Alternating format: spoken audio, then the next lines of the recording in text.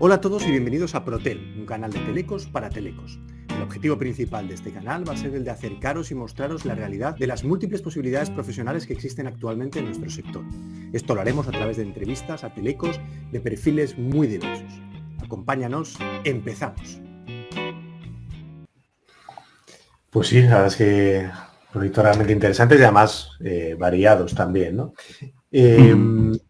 Bueno, después de Atos, pasas a ser responsable de desarrollo de negocio IoT, ¿no? del grupo Teca, con lo cual, bueno, a priori, ¿no? Sigues, por supuesto, una vinculación total a las telecomunicaciones, pero cambias también un poco de sector. Y entonces, en ese sentido, quería preguntarte un poco, ¿no? ¿Cómo ha sido tu experiencia en ese sector a priori distinto del anterior? Ya nos dirás si tan distinto o no. Y luego, si puedes ponernos un ejemplo para los que nos estén viendo, de qué implica, ¿no? La implementación de IoT en un sector como el del grupo Teca. Vale, pues bueno, sí, la verdad es que la oportunidad de Teca llegó, vamos, a mí me hizo especial ilusión porque vengo de lo balonmano y Teca fue patrocinador de mi equipo por muchos años, entonces había como, o sea, la relación iba mucho más allá de la oferta profesional, ¿no? Había cierto agradecimiento también por todo lo que me dieron antes. Y la verdad es que la oportunidad, o sea, cuando me contaron el proyecto de lo que querían hacer, yo se lo decía a la persona que era responsable del departamento en su momento, ¿no? Si me dicen dibuja tu proyecto ideal, no se alejaría mucho de lo que hice allí. O sea, básicamente el reto que tenía Teca era pues, integrar el desarrollo del electrodoméstico conectado, por ponerlo fácil, ¿no? Cómo poner wifi a tu horno, a tu placa de inducción, a tu campana, a la nevera y al lavavajillas. Entonces, como estaba diseñado el proyecto, era obviamente la parte técnica era fundamental y además, pues bueno, estaba otro chico también de la Universidad de Cantabria, senior con mucha experiencia y unos conocimientos fantásticos para, digamos, comandar toda la parte de desarrollo tecnológico, pero además exigía trabajar, por un lado, en la parte de producción del propio electrodoméstico, trabajar con los equipos de marketing en cómo vamos a vender la solución que estamos creando y trabajar con el equipo de IT para la estrategia de explotación de datos que se iba a tener. Entonces, claro, cuando me dijeron, me lo contaron, fue como, bueno, vamos, o sea, me voy seguro porque es una oportunidad única. Y además,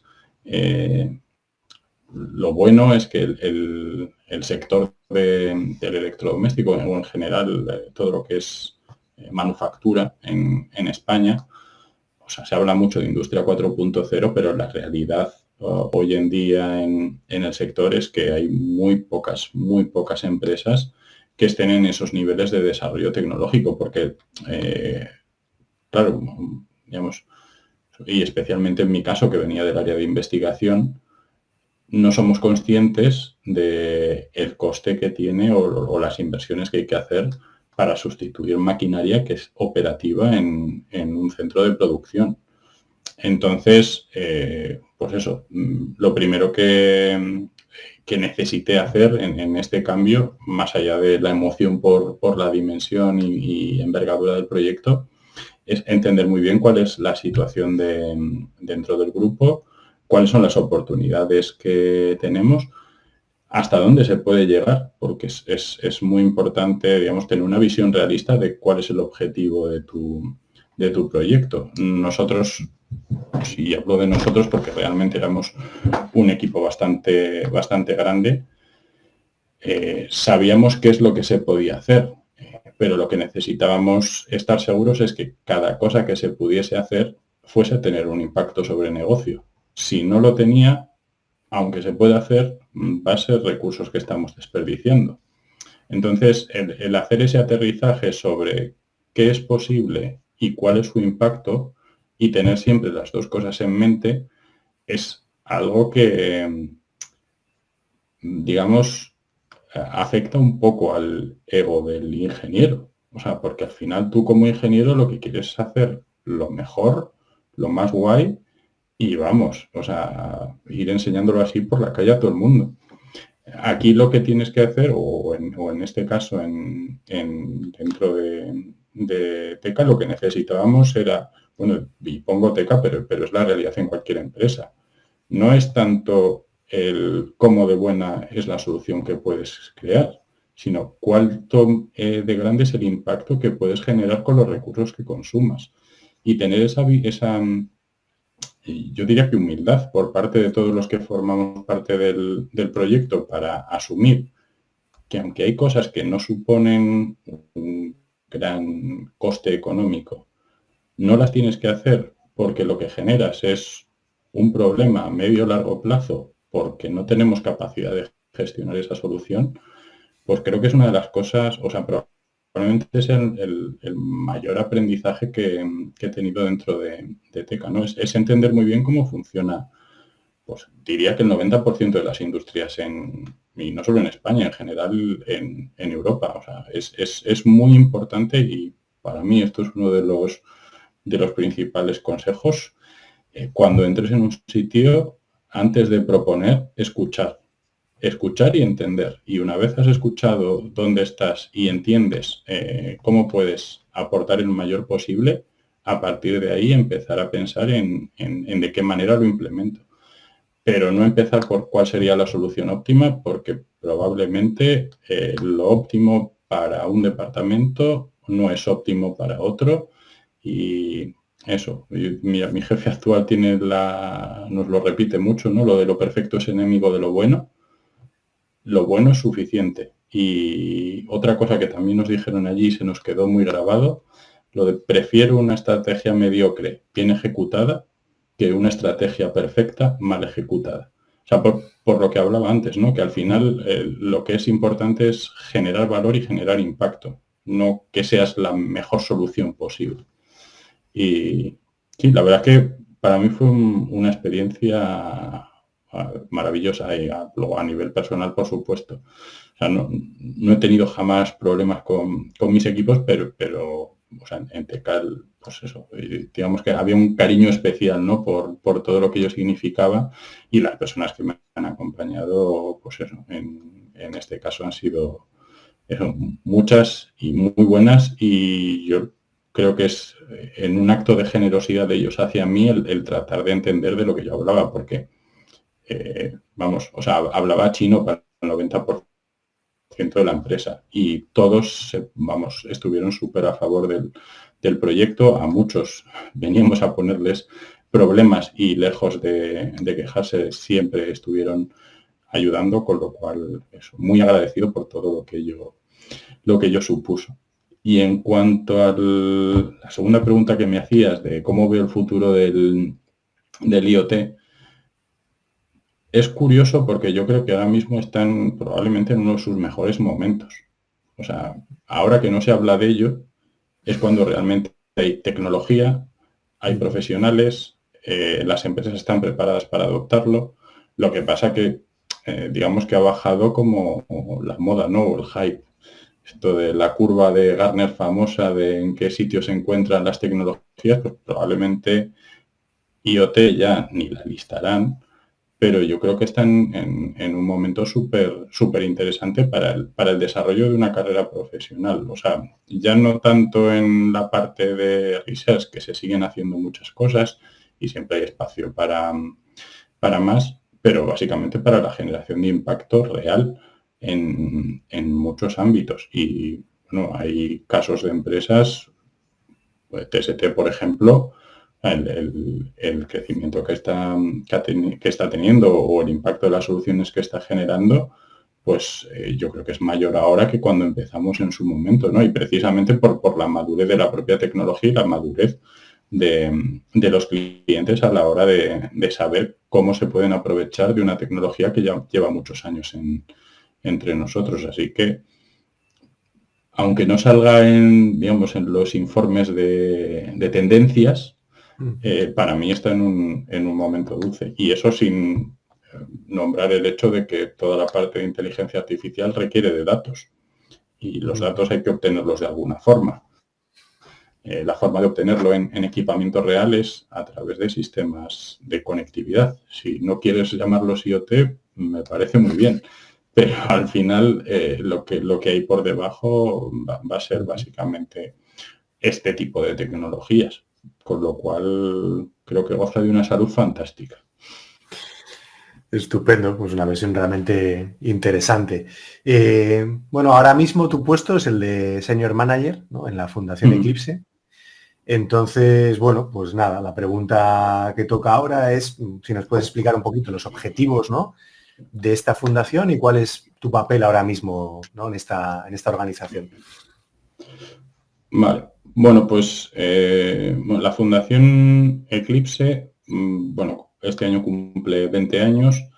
Para los que somos un poco mayores y empezamos con Java a desarrollar aplicaciones, pues a muchos nos suena y utilizamos en su momento el entorno de desarrollo Java que era Eclipse. Digamos que fue el germen de la propia fundación. Lo que hace la Fundación Eclipse es básicamente el desarrollo de proyectos open source, o sea, código abierto, y digamos que el valor fundamental de la fundación después de estos 20 años está en los procesos que ha establecido para el desarrollo de lo que se llaman las colaboraciones industriales, ¿no? Desde el inicio con el IDE, o sea, con el entorno de desarrollo de Java, que todavía hoy sigue vivo, las implementaciones Java open source, que ahora mismo pues eso, acaban o están creciendo de forma brutal. Colaboraciones, bueno, el stack de Eclipse IoT, que es una de las, bueno, es otra de las cosas que cualquiera que ha trabajado en IoT conoce Mosquito, que lo hemos utilizado todos, pues básicamente es uno de los primeros brokers que hubo para sistemas, bueno, MQTT, y no me voy a meter en la parte tecnológica, ¿no? Pero Eclipse IoT es un proyecto que te ofrece todo un stack de aplicaciones para montar un sistema completo IoT. Entonces, son una serie de proyectos que se desarrollan, digamos, por el empuje de los socios, que son las empresas miembros de la fundación en diferentes ámbitos, ¿no? Y lo que comentaba antes, inicialmente empezó con el IDE y Java, pero ahora, o IoT, pero ahora mismo hay un grupo de trabajo sobre software, vehículo definido por software, sobre los data spaces, que es algo que está llegando y es un poco orquestar de qué manera va a ser la colaboración o la compartición de datos dentro de Europa para, bueno, generar un negocio a raíz de ellos. Bueno, uno de los proyectos en los que yo estoy involucrado, que es Uniro, que es un desarrollo de un sistema operativo multiplataforma completamente open source, donde la privacidad es el eje a través del cual se orquesta todo lo demás. O sea, realmente hay, bueno, herramientas en nube, un volumen de proyectos, que estamos en más de 415 proyectos ahora mismo. Más de 250 miembros dentro de la fundación. Creo que estamos por encima de las 43. No quiero decir la cifra por si me equivoco y la podría buscar, pero no lo voy a hacer. Pero en líneas de código, que al final nosotros lo que decimos que somos una fundación Code First, lo primero es el código y a raíz del código empezamos las discusiones, pero no empezamos a discutir sobre grandes objetivos si no hay un programa por debajo corriendo. Pues digamos que somos la más grande que está basada en Europa ahora mismo, y en número de proyectos creo que somos la segunda detrás de la Linux Foundation. Con lo cual, bueno, pues es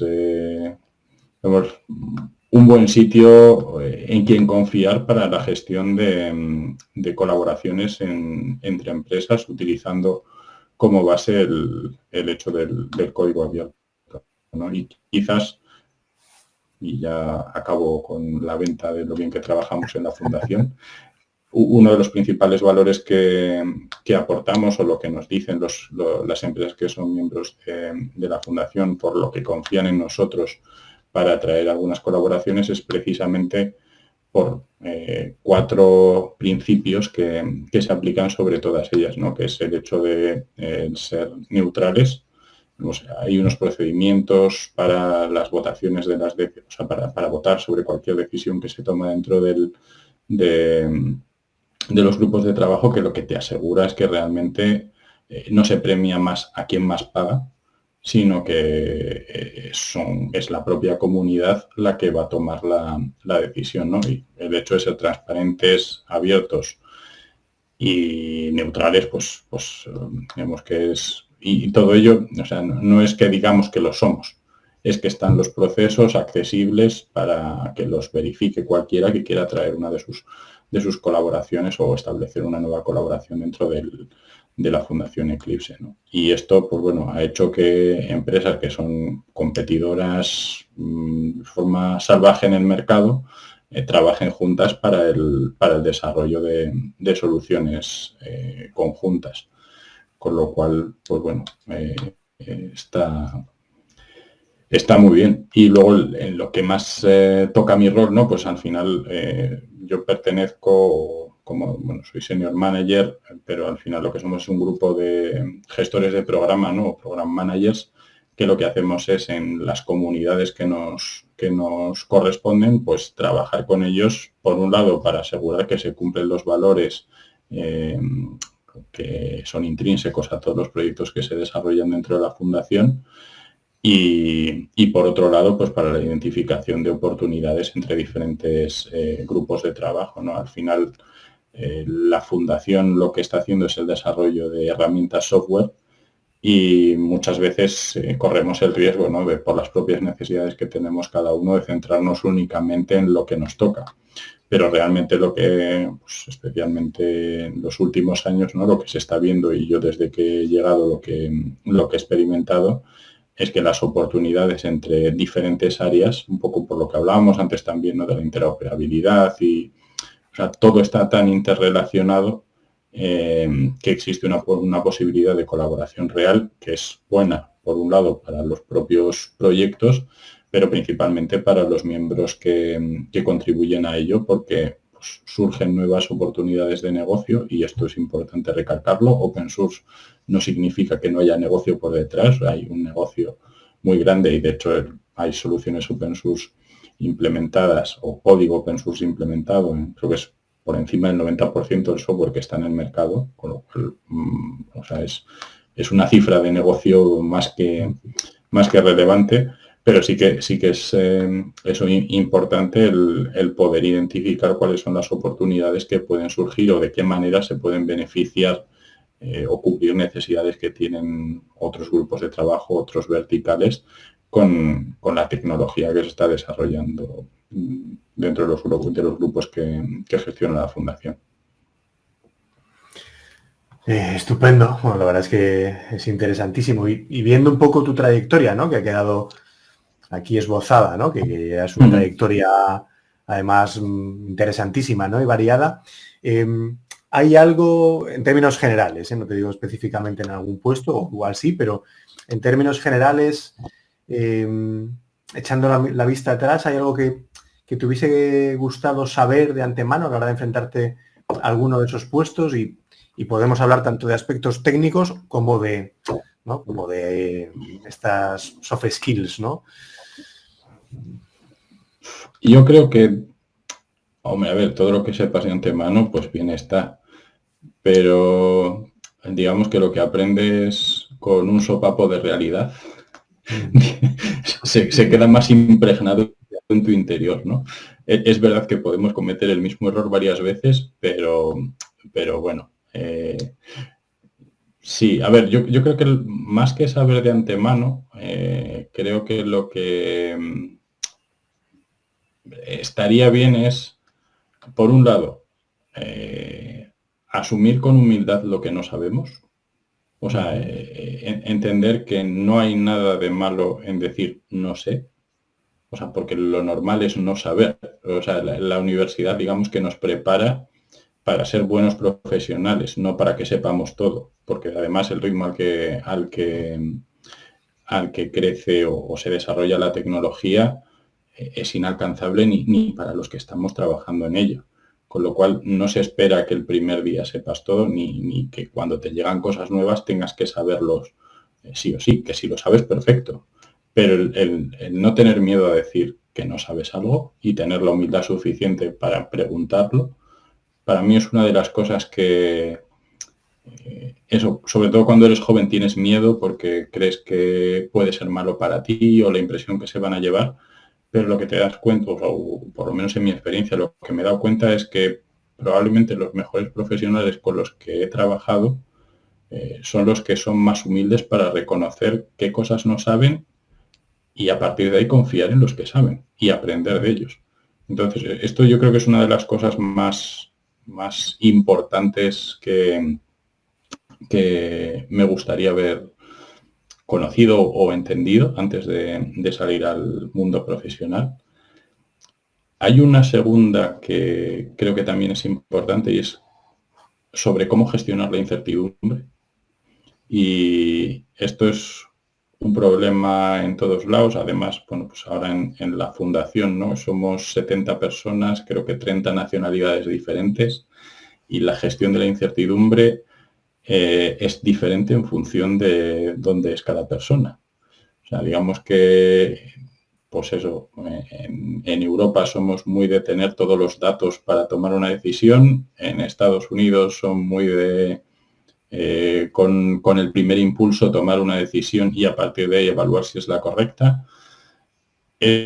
Esto, bueno, pues obviamente no hay solución perfecta y a cada uno en cada caso le funcionará mejor o se sentirá más cómodo de una forma o de otra. Pero yo creo que una de las cosas más importantes, o para mí lo que diferencia los mejores del resto, es la capacidad de gestionar la incertidumbre, ¿no? El ser capaces de generar movimiento aun cuando no se tienen todos los datos y no generarlo de forma aleatoria, ¿no? Sino seguir un camino por un motivo concreto. Leí no hace mucho que, yo creo que era en Amazon, donde implementaban un procedimiento que era el de si la puerta es de entrada-salida o solo en un sentido. Y esto hace que si la puerta es de entrada y salida, lo que te ilustra, ¿no? Es que si te has equivocado puedes volver atrás. Y que en ese caso, con el 20% de la información necesaria, tienes que ser capaz de tomar una decisión. Y luego, si la decisión que tomas no tenía vuelta atrás, entonces en ese caso sí te permitían, digamos, creo que es el 80% de la información lo que tenías que tener por lo menos para tomar una decisión. Muchas veces, eso, yo creo que el saber gestionar ese tipo de escenarios, que no es fácil y, bueno, especialmente en España con la demonización de los errores y el fracaso, pues se tiende a, en lugar de aportar confianza, a generar más respeto o más miedo hacia esas situaciones. Para mí es una de las cosas que, eso, diferencia a quienes realmente, digamos, los top de gente que es buena, pero bueno, pues sabes que necesitas aportar pues absolutamente todo para que ellos puedan desarrollar su trabajo de forma adecuada. Y luego lo último, y esto me acuerdo mucho de Klaus, el profesor, es las hojas de cálculo. Creo que nos guste o no, la realidad es que como ingeniero te va a tocar pegarte en la empresa real normalmente con muchas hojas de cálculo. Y ya no solo para la parte de gestión de presupuestos, para muchísimas otras cosas, ¿no? Yo salía de la universidad con MATLAB, en el grupo con MATLAB, en TST con MATLAB y mi primera experiencia o mis primeras experiencias fuertes con Excel fueron un dolor. no lo voy a negar, pero luego empiezas a verle hasta la utilidad, ¿no?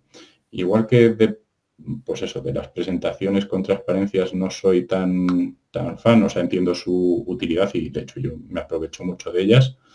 Creo que el tener una buena narrativa y una buena gestión de las hojas de Excel o de las hojas de cálculo son dos skills que son muy bien apreciadas. Sí, sí. Bueno, pues unas reflexiones realmente interesantes. Nada más, la primera que hacías yo creo que entronca con el miedo que probablemente hemos tenido todos y que seguro que siguen teniendo nuestros alumnos, ¿no? De que terminas la carrera, los estudios y piensas, bueno, es que realmente no sé nada, ¿no? ¿Dónde voy a trabajar? Eso es. Pero es lo que tú decías, ¿no? Realmente la universidad lo que hace es formarte, ¿no? Como un profesional más que como ¿no? un contenedor de conocimientos que luego además sabemos que los conocimientos se olvidan, ¿no? Otras cosas que luego pueda recuperarlos o a través de ellos, ¿no? Engarzar otras cosas, ¿no? Pero... Yo me acuerdo mucho que durante toda la carrera, especialmente en tercero y, bueno, yo soy de plan antiguo, 5 años, en tercero y cuarto hacíamos siempre la broma varios de los compañeros de, bueno, en quinto nos darán cajas negras como asignatura, porque eran todo cajas negras y toda la magia sucedía en la caja negra. Entonces, sí, y de hecho ya, esto ya como experiencia personal, yo siempre desconfío de la gente que me dice que sabe cosas que estoy convencido que no pueden saber. O sea, porque es así y no es malo en sí, pero sí que es verdad que te transmite cierta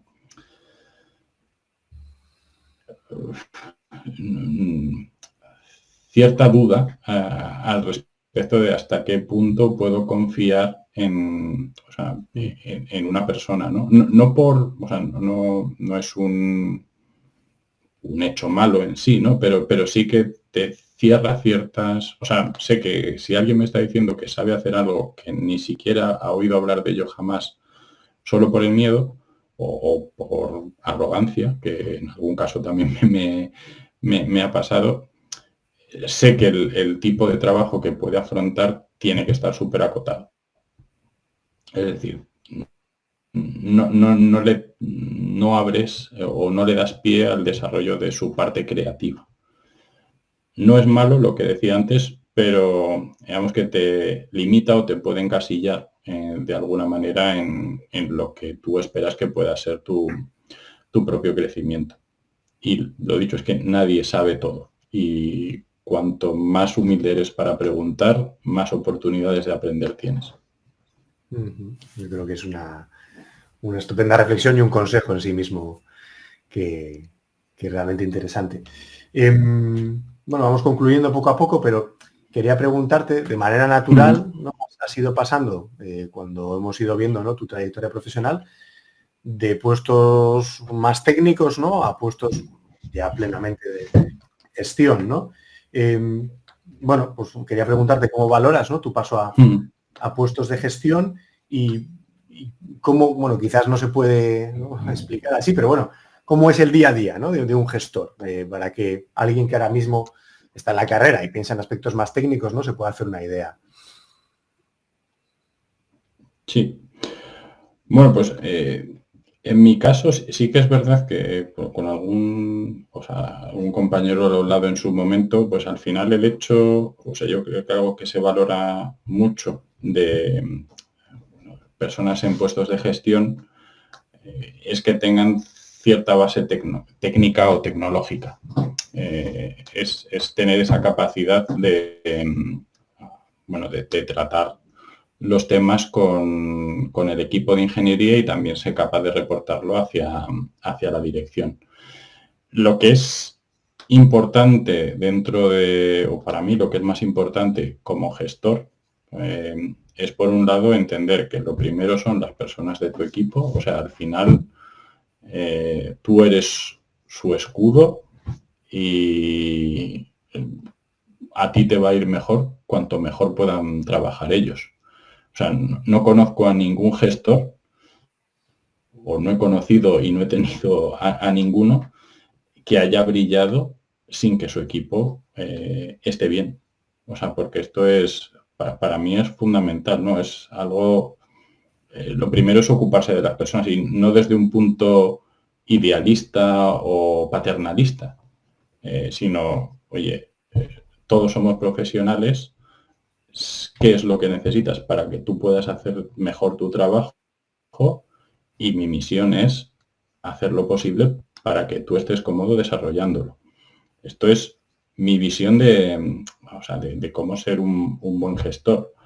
A partir de ahí, pues bueno, hacia abajo y hacia arriba tienes que lidiar con las expectativas que tiene cada uno de ellos, ¿no? O sea, desde la parte técnica, siempre se van a pedir, como yo pedía en su momento, unas especificaciones perfectamente claras, definidas en un documento perfecto que permita entender qué es lo que se quiere desarrollar. Y luego en la parte de gestión, lo que te van a dar es a veces ni 4 bullets en una transparencia para que a partir de ahí tú desarrolles todo. Entonces, para mí esas son como las dos piezas fundamentales, ¿no? Partiendo de que todo se basa en la gestión de personas, tanto las que son miembros de tu equipo como lo que es la dirección, de qué manera proteges o favoreces el entorno para que unos puedan hacer su trabajo sin que les vuelvan loco con los cambios que puede haber por el motivo que sea, justificado o no justificado, y de qué manera gestionas la información hacia arriba para, por un lado, demostrar que se está siguiendo el camino correcto, que los pasos que se están dando están justificados por unas decisiones o por unos datos, si es con datos siempre mucho mejor, que soportan las decisiones las decisiones que se van tomando en el día a día, y a partir de ahí, pues, trabajar con las personas, pues, y siento ser tan repetitivo con esto, pero creo que es lo fundamental para que, por un lado, confíen en ti y por otro lado, puedan desarrollar su trabajo de forma lo más tranquila posible. O sea, al final yo creo que lo más importante es tener claro que trabajas con profesionales y que tú debes comportarte como un profesional, y a partir de ahí tener la capacidad y la empatía de entender cuál es la situación a ambos lados y trabajar con ellos para, dentro del entorno en el que estás, poder aportar las mayores garantías hacia arriba y hacia abajo. Uh-huh. Desde el punto de vista, pues eso, de tu desempeño como gestor, ¿tú te has formado específicamente o ha sido un camino en base a la experiencia?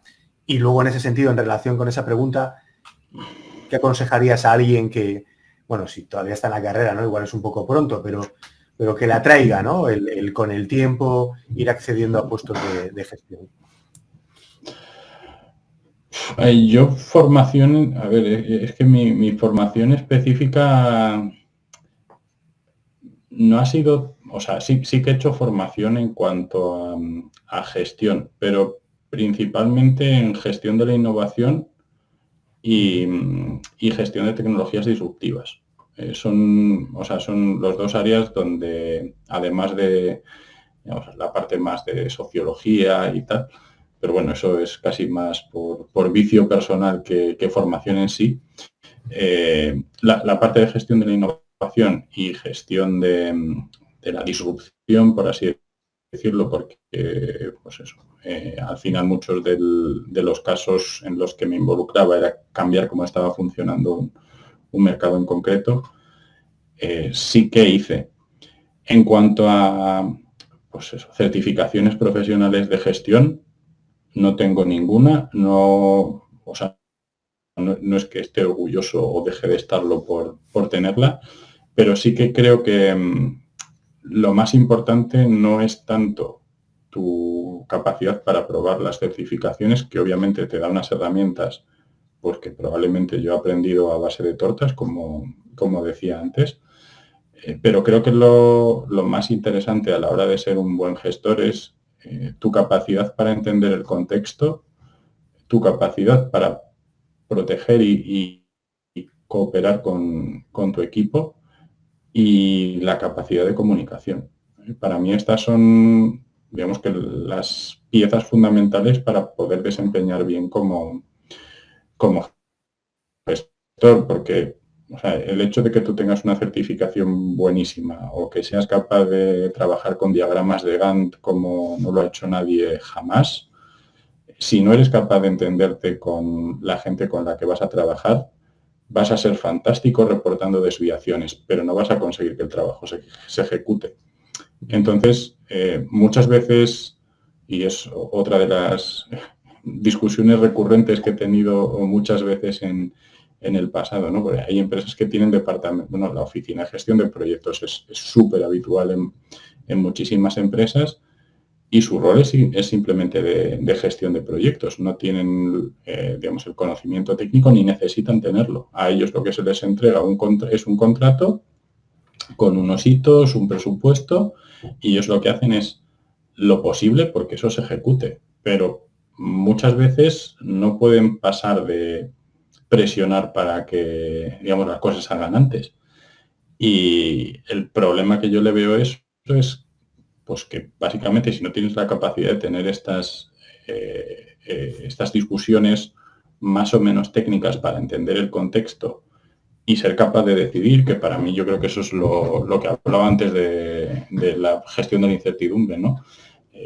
Algo parecido es la capacidad para tomar decisiones y no tener miedo. Si como gestor no puedes aportar soluciones y lo único que haces es verificar, o sea, si te conviertes en un verificador, yo creo que tu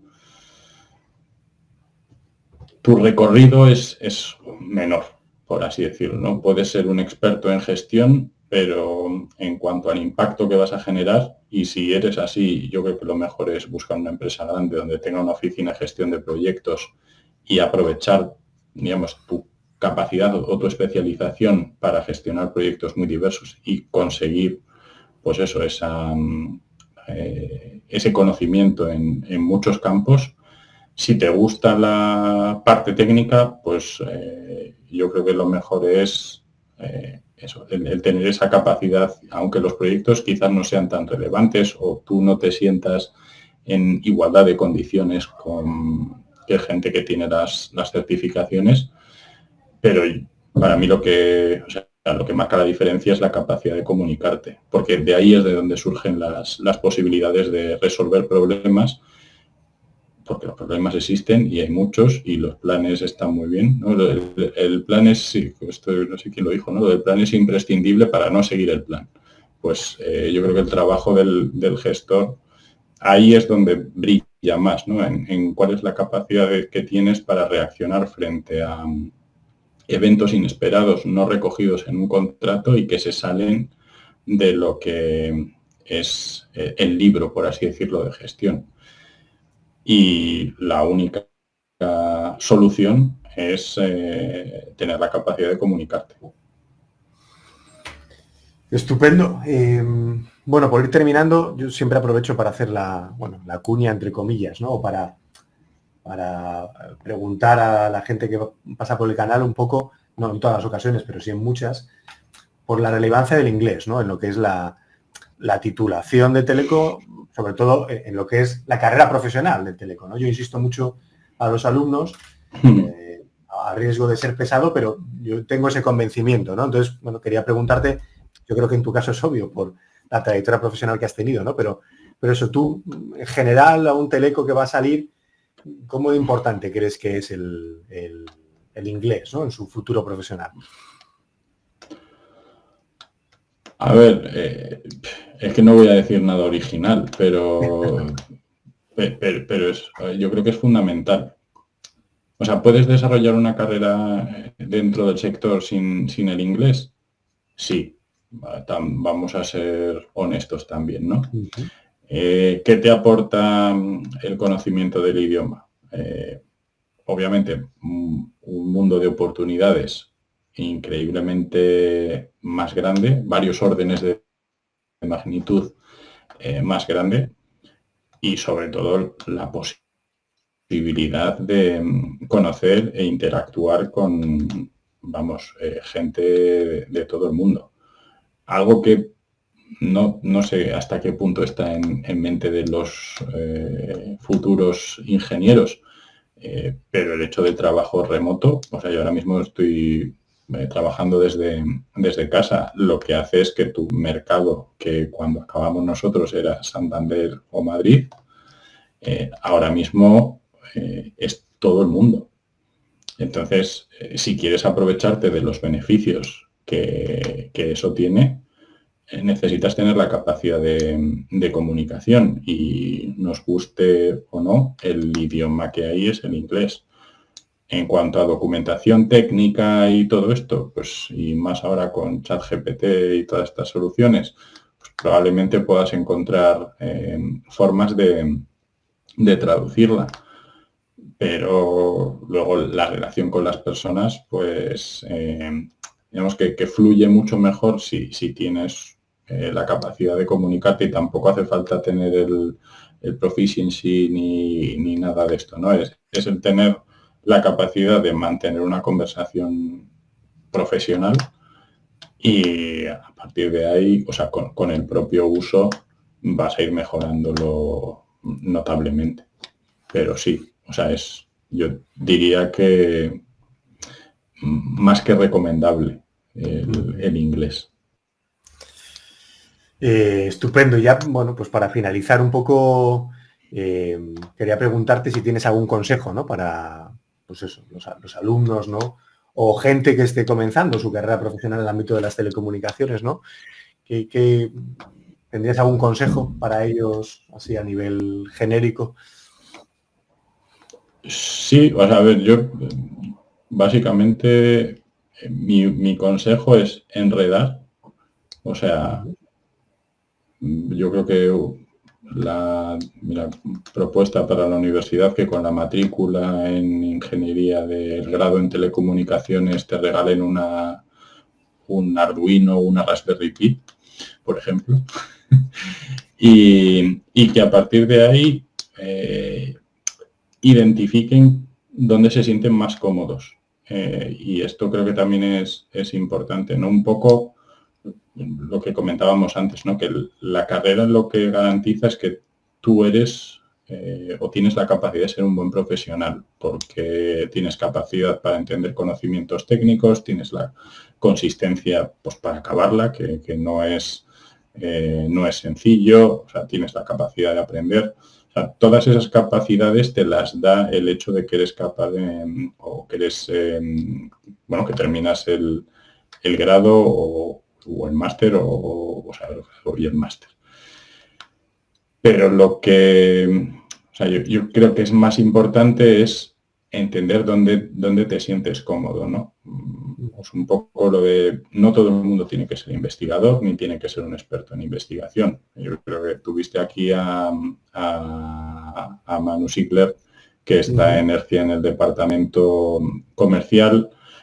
Bueno, José Galache también, o sea, has tenido a gente que muestra un poco los diferentes ámbitos donde se puede desarrollar la carrera. Hay gente que le gusta más la gestión porque tiene o sea, eso, no es un experto en tecnología, pero tiene buenas dotes de comunicación y capacidad de agrupar a gente a su alrededor. Hay gente que es muy buena vendiendo porque sabe entender cuáles son las necesidades de los demás y ver de qué manera puede encajar el producto que ellos ofrecen. Hay gente que, oye, pues por lo que sea, yo me siento mucho más cómodo desarrollando y no quiero saber nada de nadie. A mí, mándame un email o comunícate a través de los canales que tengo y me es suficiente. Y es una solución tan válida como todas las demás. Entonces, yo creo que es muy importante en la medida que se puede, identificar dónde te sientes más cómodo y que no trates de forzar algo donde no encajes, ¿no? Yo pienso en gente de mi promoción y quizás las carreras más exitosas no tienen por qué estar, o creo que no están ligadas a los mejores expedientes. Es a la gente que ha encontrado su espacio y lo ha sabido explotar. Entonces, eso, el probar. Y si no te gusta, cambia de área.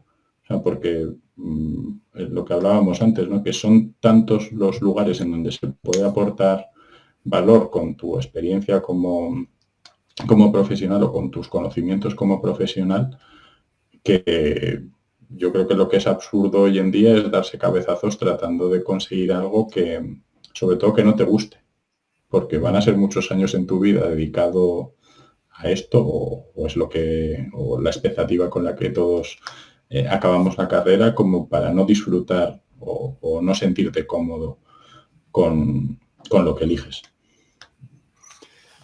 Pues nada, Juan, yo creo que una reflexión muy interesante para finalizar. Sí, yo creo que un poco al hilo de lo que tú decías, hombre, no tiene por qué ser en un primer momento, pero yo con los alumnos, ¿no? Cuando vas hablando y entablas relación con muchos, ¿no? Y vas viendo un poco su desarrollo profesional, por lo menos inicial, ¿no? Muchas veces hay una cierta correlación entre el que tenía claro por dónde quiere orientarse, ¿no? El que le gusta la ciberseguridad o le gusta lo que sea, y ya intentar orientarse por ahí, y un poco el que se deja llevar, ¿no? Y además a veces el que se deja llevar pues cae en un sitio, lo que tú dices, ¿no? Que igual tampoco se siente tremendamente cómodo, pero bueno, pues ¿no? A veces se queda ahí, aunque sea, ¿no? Durante un tiempo. Entonces, bueno, yo creo que es muy, muy interesante lo que has comentado, ¿no? Y bueno, creo que es un consejo estupendo para nuestros alumnos y para los futuros ingenieros. Así que nada, por mi parte, darte de veras las gracias. Ha sido una charla extensa pero interesantísima. Yo creo que va a haber muchos aspectos de la entrevista y bueno, estaba seguro que iba a ser así porque nos conocemos hace tiempo y como además, bueno, pues conozco un poco tu trayectoria. Así que nada, Juan, de veras, muchísimas gracias y bueno, no descarto en el futuro, si este proyecto sigue adelante, que volvamos a hablar dentro de un tiempo. Perfecto, ya sabes que encantado y cuenta conmigo para lo que haga falta. Pues muchísimas gracias, Juan. Y nada, a todos vosotros, bueno, pues en breve tendremos más entrevistas de otros profesionales del ámbito de las telecomunicaciones en el canal. Muchas gracias a todos.